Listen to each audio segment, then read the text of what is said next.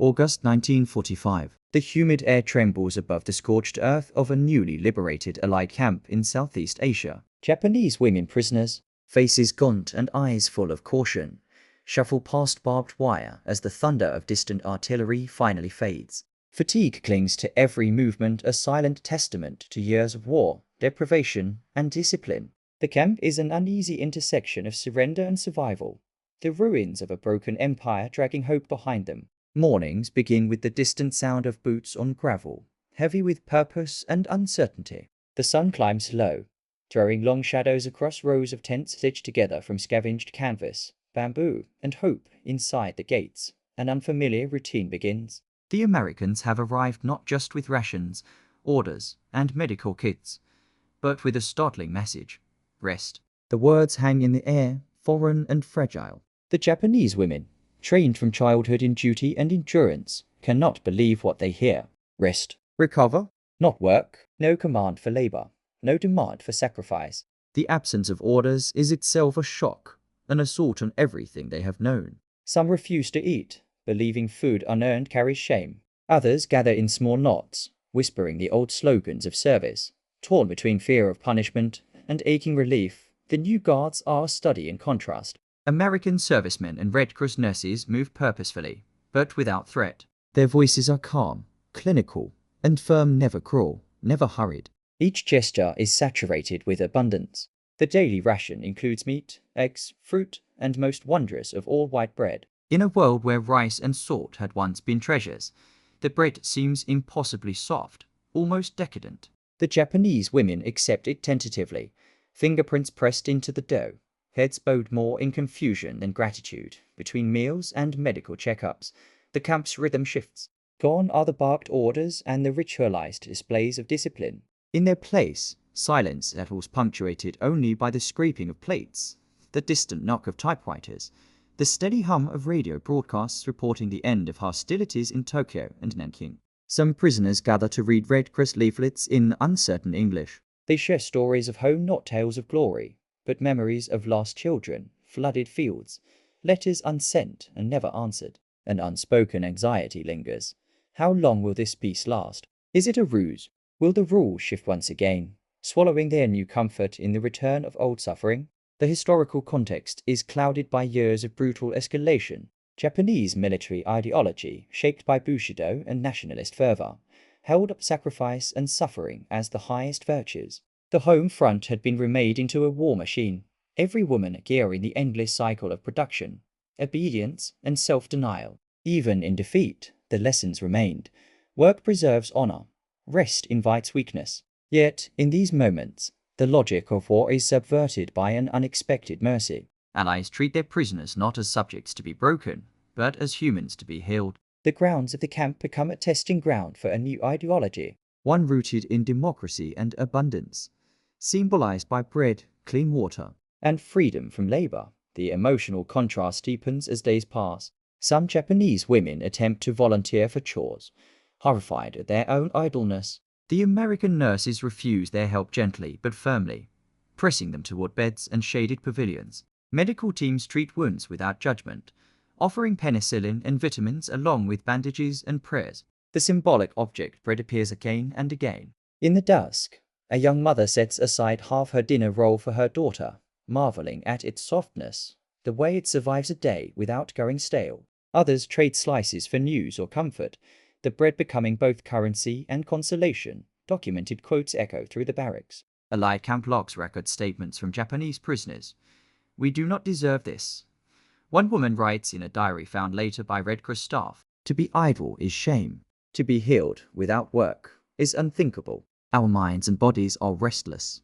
But these strangers ask nothing of us, only that we recover." Upon the walls of the medical tent, nurses pin up charts showing improved blood pressure, shrinking infection rates, rising spirits. One physician inscribes in her notes, "Resistance to rest is high." The urge to work is ingrained, nearly involuntary. Relief comes with patience and ritual, the sharing of a simple loaf, the gentle refusal of labor.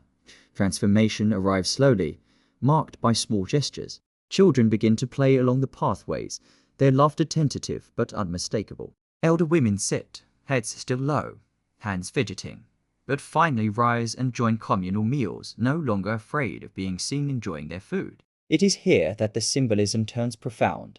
A loaf of white bread carried each afternoon by an American nurse becomes the heart of camp life, broken and shared at every meal, passed from table to tired hands. Its abundance quietly undermining the old logic of scarcity. The ideological shift is both painful and liberating. In time, some women write letters home describing their astonishment. We are permitted rest. There is food in plenty. The enemy is gentle. Red Cross volunteers collect these letters with care, intending them for later historians who will study not just strategy, but the intimate impacts of mercy. As the weeks pass, the camp becomes a laboratory in democracy, not by decree, but by daily action. Freedom is measured in unearned comfort, in quiet afternoons, in the ceaseless arrival of bread.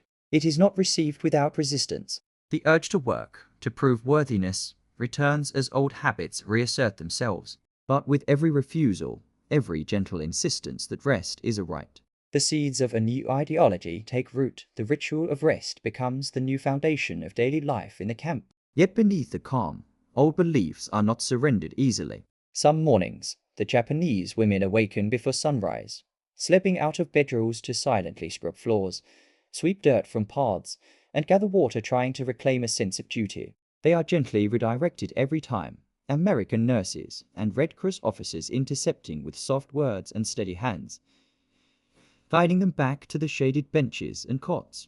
There will be time for work, they are told, but for now, you must heal. The words feel strange on the tongue, distant echoes of a world that valued not just what was produced, but who is cared for. The sound of the American field radio becomes a new symbol-coded broadcast, giving news of the wider war. Snatches of jazz, the slow, reassuring cadence of English. For many, these broadcasts are both comfort and confusion. The smooth voices so unlike the barked orders of their own officers. The music full of rhythm and longing. In the stillness of dusk, women gather to listen, some weeping softly at American hymns or the first news that cities once thought lost are surviving. For a generation raised on the myth of hardship as virtue, the idea that rest could carry purpose is a radical challenge. Historical records from the Allied command confirm these scenes. In a dispatch from September 1945, Colonel John Mallory writes, "The Japanese POW women exhibit profound anxiety when deprived of routine labor. We have encountered persistent attempts to volunteer for camp duties. Careful instruction is being given. Recovery is to be their only assignment." Red Cross reports echo this shift, noting improvement in health and attitude, but also the lingering melancholy of women certain they are failing at something fundamental by simply being allowed to mend dot in the medical tents. The transformation is most evident. Women recovering from malaria, beriberi, and dysentery are encouraged to rest for days, sometimes weeks. The food is relentless in its variety. White bread, thick with American surplus flour, becomes not just sustenance but comfort, its scent trailing through every tent at every meal. Nurses, aware of bread's power as a symbol, break it by hand during each dinner, inviting the sickest to take the first piece. Bread becomes ritual, its softness a promise, its abundance a quiet guarantee that deprivation is not eternal. As the physical recovery progresses, emotional resistance gives way to gratitude. Letters written home become less formal, less fearful. "Today I learned to be patient with myself," one woman records in careful script. "I was told I need not be strong always." It is an uneasy lesson to accept. Allied camp psychologists, themselves witnesses to trauma, record these moments of change, drafting notes for future studies in the psychology of defeat and recovery. One American nurse writes, "When they understand rest is our only order, it is as if a wall inside them cracks. The contrast with their expectations is profound." Before the Americans arrived, work was synonymous with survival. Japanese military training had conditioned prisoners, women as much as men, that idleness was shameful, even dangerous. The inactive hand invited the suspicion of cowardice, or worse, treachery. Now they are asked to believe in an ideology where well-being is an end, not a means. This ideological break is not clean. Some women retreat into silence for days, struggling against habits shaped by home and homeland, by mothers and empresses, by every story they have ever told themselves about what makes a life worth living. Yet the camp exists in microcosm, a laboratory where the tenets of American democracy, filtered through war and necessity, are tested at the most intimate level. Bread is the vessel of abundance. Its circulation from tent to tent carrying with it unspoken messages of inclusion, of care, of peace, but not by toil, but by patience and provision. The simple act of eating becomes a radical assertion that these prisoners are worthy of comfort, even dignity, regardless of what they have done or suffered. Work does return, but only slowly. When the first volunteers are eventually permitted to help in the kitchens, to repair torn clothing, or to tend the sick, it is framed as service, not obligation, a gift returned, not tribute exacted. The women approach these new duties tentatively at first, then with increasing confidence, learning that discipline and self-worth might be preserved not through endless exhaustion, but through choice and responsibility. Contemporary photographs of the camp show faces gradually filling out, the sharp bones of starvation replaced by a fragile hope. In the evenings, laughter returns to communal spaces, carried on the scent of baking bread, the rustle of cards and books, and the low strains of American music. It is a piece both tentative and precious, haunted by the memory of violence, but anchored in a new rhythm: bread, rest, and recovery, the quiet, stubborn legacy of abundance and democracy revealed in the ashes of war. As new routines take root, the women begin to look outside the camp, toward the hills and riverbanks where freedom now seems possible but unfamiliar. American officers organize community events, movie nights using a battered projector, art sessions with scavenged pencils and paper, lectures about health and democracy. In the spirit of abundance, every detail is marked by choice, not compulsion. The Allied approach is deliberate, recorded in orders from the Office of War Information. Prisoners shall have rest. Recovery must precede return to labor. Abundance is the message. The symbolism of bread remains ever present, featured prominently in photographs, letters, and official reports. White bread, as a staple of American largesse, is more than food. It is proof that life need not be a constant negotiation with hunger. Historical evidence piles up in the camp's records. Nurse Helen Drury describes in her memoir that the refusal to make prisoners work was at first met with suspicion, then relief, and finally wonder. For many, it was the first time idleness did not invite punishment, but healing.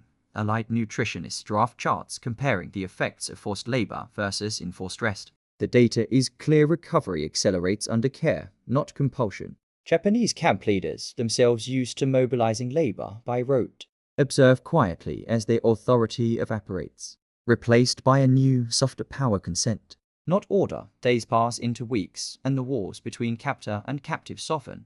Children teach each other words in English and Japanese, laughter and games drawing circles of comfort where only silence ruled before. At one meal, a nurse carefully lays out slices of bread on a simple wooden tray, explaining through a translator that, in our country, bread is a gift. A Japanese mother bows in thanks, then shares a piece with a neighbor. This ritual repeats daily, the bread becoming a bridge between two worlds, one of scarcity and duty, one of abundance and choice. Emotional reflection rounds each evening. The Japanese women write letters to fathers and sons, describing a camp where work is delayed, where health comes first, where the enemy shares more than rations, shares a philosophy. For some, the lessons are painful. To abandon the logic of endurance is to abandon the only defense they have known. Yet, as stories accumulate, the transformation becomes clear.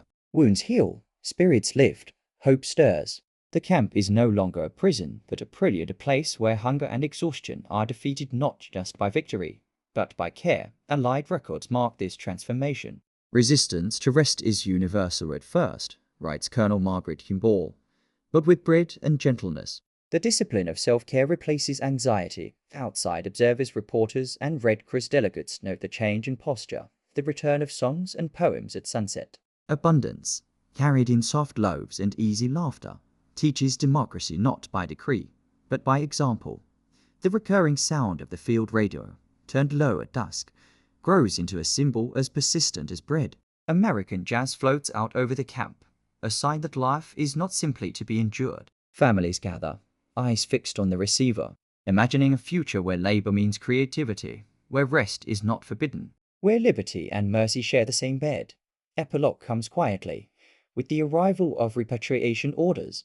Camp officials announce that as peace is restored, the Japanese women will be allowed to return home, not to labor camps or fields, but to cities and villages ready to rebuild. They pack their things slowly, careful not to waste what has become precious. Letters, scraps of bread saved for the journey, a battered pencil, the last echoes of friendly music. As the gates swing open and the columns move out, faces linger not in fear, but in contemplation. Rest, bread, and choice have redrawn the world's limits. In the years that follow, survivors tell their story to children and neighbors, the strangest chapter of wartime memory. They recall how the enemy gave them bread, demanded no labor, and taught them, if only for a span of weeks, that freedom meant abundance, not endurance. The quiet lessons of the liberated camp ripple outward, becoming legend, shaping ideologies and hope beyond the reach of guns and flags. Freedom, they understand at last, is not simply the absence of chains.